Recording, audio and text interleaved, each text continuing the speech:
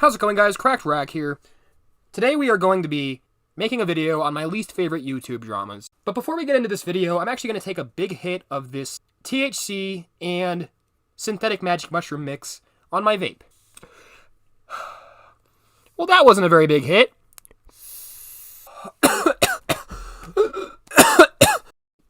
This room is so sweaty and stinky.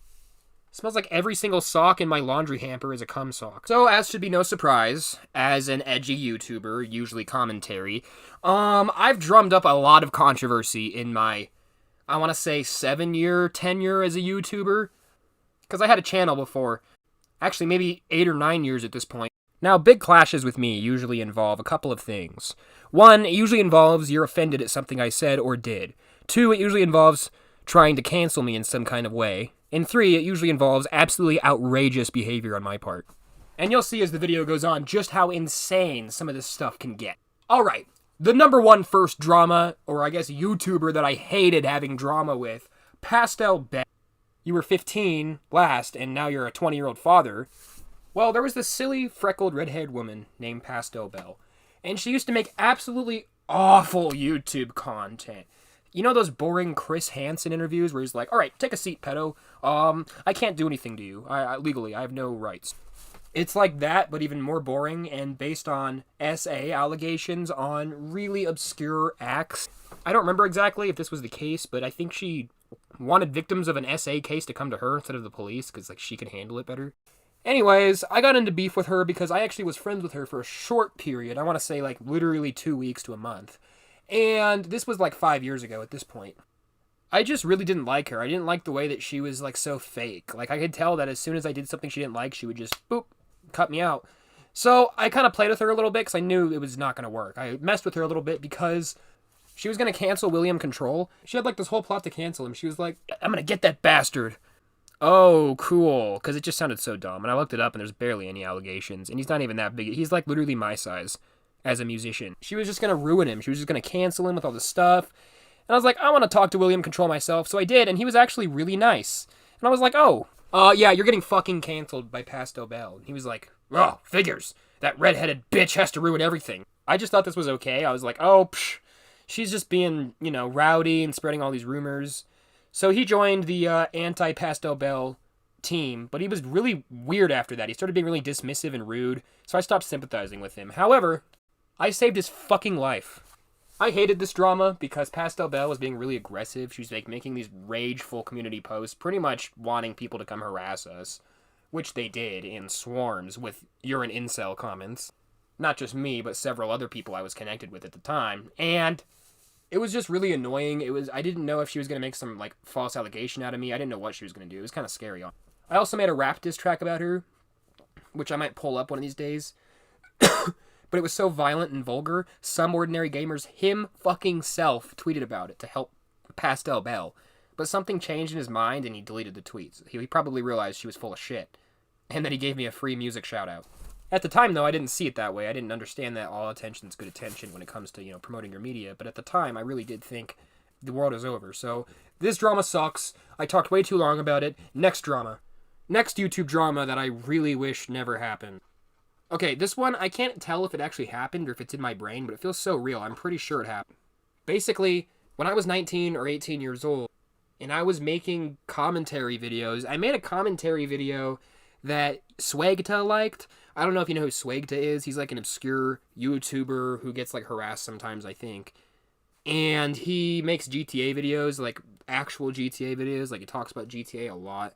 And other topics as well. He has like 300,000 subscribers, I think. I know, I keep saying I think. I really don't fucking know. But he commented on my page, and I was really opportunistic at the time. People call me opportunistic all the time, but you want to know what an opportunistic person looks like? My old self. Anyway, this one's pretty short. Swagta commented on my page that he really liked my video because I talked about something or someone that he hated, and he was like, fuck yeah, crucify that person. And so I was like, huh? And I checked his profile, and I was like, oh, he makes GTA videos. And I watched a couple of them, and they were okay. They were like, I'm sorry, they were like C tier, B tier, B minus, C plus tier. They were just okay.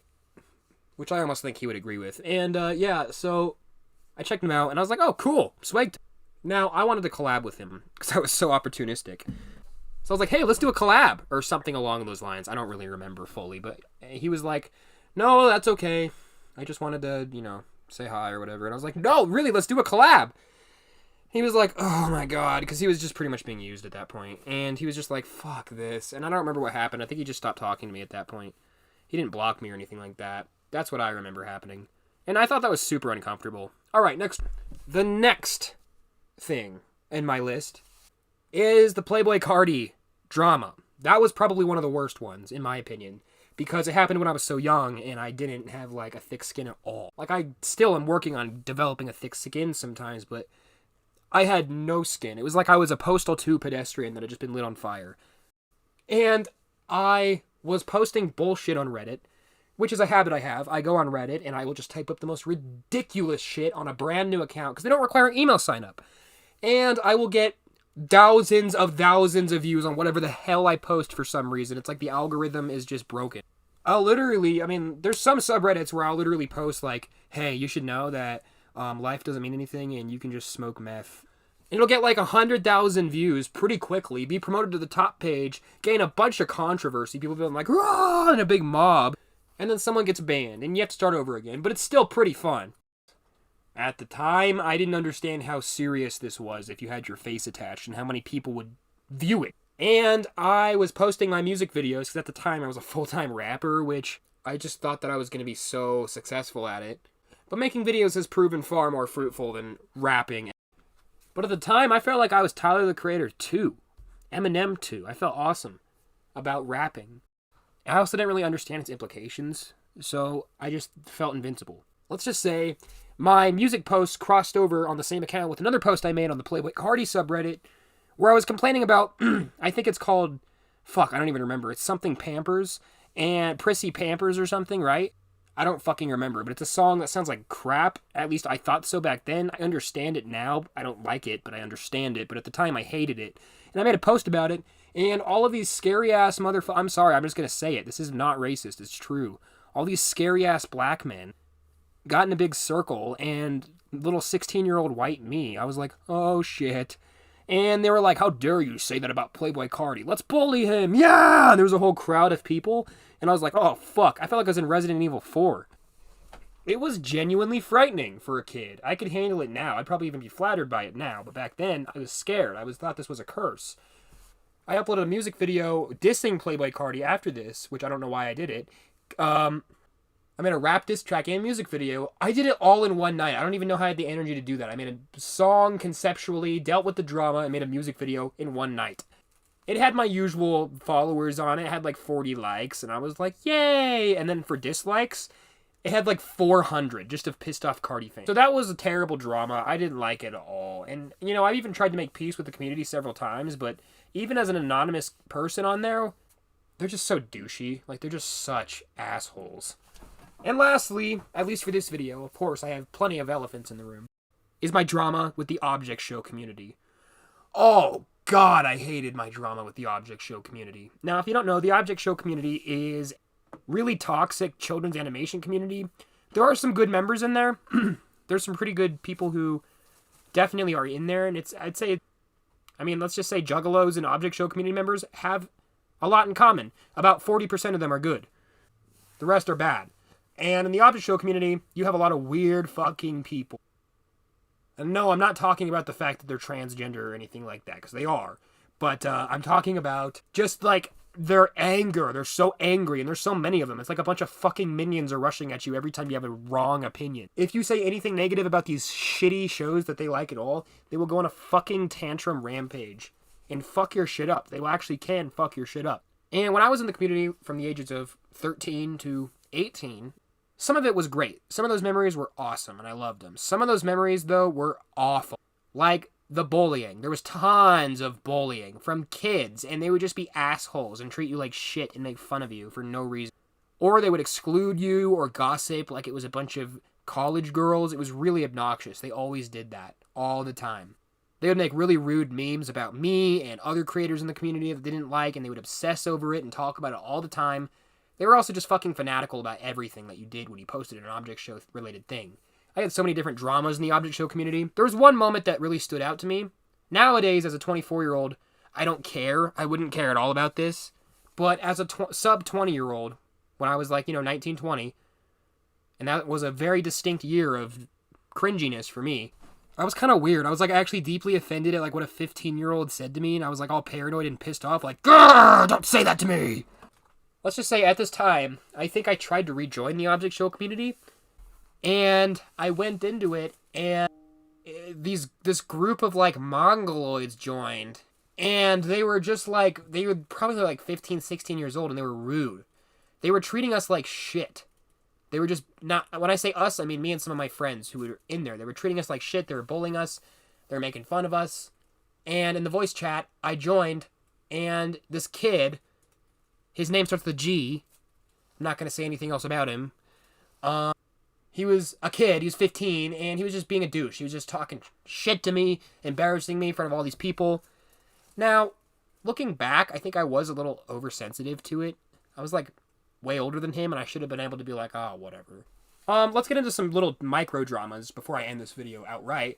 I joined a Rockstar Games Discord server. It was the biggest Rockstar Games server ever. I mean, it was the head server where all of the moderators are like actually connected to Rockstar Games.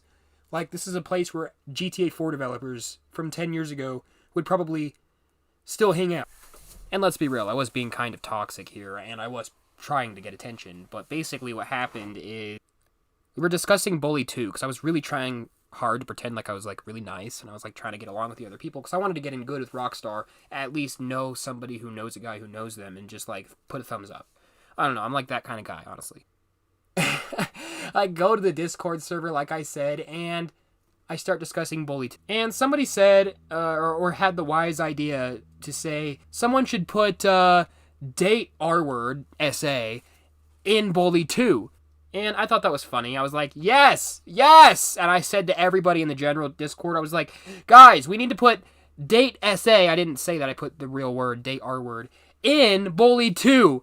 And I pressed enter on it, and they were like, what the fuck? Which I thought was kind of surprising, because yeah, I get it's a bit of a corporate Discord, but come on, you guys create an M-rated video game that is one of the most violent video games of all time. What the fuck? You can't handle a goddamn joke? They were all shocked, so I tried to make it better by like being clear it was a joke, and as you know, I'm not very good at de-escalating things. So I said something along the lines of, okay, we gotta flesh out the gameplay mechanics, guys. We can theorize like it's GTA 6. I say that you're allowed to, at frat parties, in college, in Bully 2, put Rufinol in women's drinks and take them home. And I thought they'd finally laugh, and they didn't. They were just really silent. And it was so awkward. But then, because I was kind of attention whoring on my Discord profile, and it said cracked rack, cracked rack, cracked rack all over it, someone actually looked it up, saw my videos, and was like, I saw your shit, you're a disgusting fucking freak! And they were pretty much booing me, like, boo! Which I was like, okay.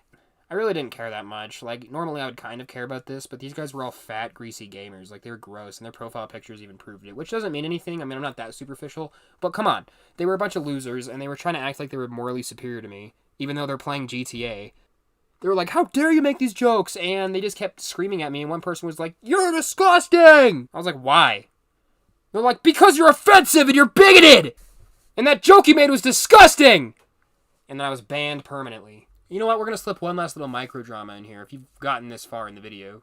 This is a drama I had with the developers of the video game Postal. Basically, I wanted to be a part of the Postal series because I love the games. I think they're amazing. At least they are masterclasses in offensive media. I figured because the production was so bad, because it is a very low-budget game series, and because they don't have like a crazy amount of social media followers, or at the time they didn't, now they do. But at the time, they did not, and I figured how hard would it be to get in contact with the developer and just talk to them and see what they think about me. But I kind of pushed it aside as like, maybe I'm just kind of being full of myself. I don't think I'm going to be a part of this game series or anything like that. However, I saw how much that one of the head developers, I think his name's Mike J, he replies so much to so many people, so I was like, hey, you know, I actually probably really could talk to him.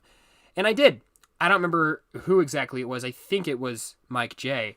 I talked to him on Discord, and for the first, like, day or two, I think we were chummy. Like, he liked me, a little bit, and, oh my god, I was talking to the developer of Postal 2. The fucking developer of Postal 2! But I was so stupid and arrogant that I didn't even communicate with him properly at all. I was just being a jackass, a narcissistic douche. I was trying to insert myself as the next potential voice actor of the Postal Dude. I was being very pushy, and I just acted like I was hot shit, and I got banned. And this was years ago at this point. Probably one of my oldest dramas. But yeah, that was pretty shitty, and I'm still banned to this day. I couldn't join the server if I tried. Alright guys, thanks for watching. I'm gonna head out now. See ya. By the way guys, one last little message. I know that I need to really upgrade my video quality back to what it used to be, where I was making these actual videos with me being recorded. I've just been using kind of commentary as a crutch because, you know, the gameplay footage is just so easy to make, so I can pump a video out every day. But I will go back to making real videos again. Some of my videos have been so low quality lately that somebody actually stumbled onto my channel and thought that they were watching a mysterious Mr. Enter alternate channel. So yeah, I'm changing things.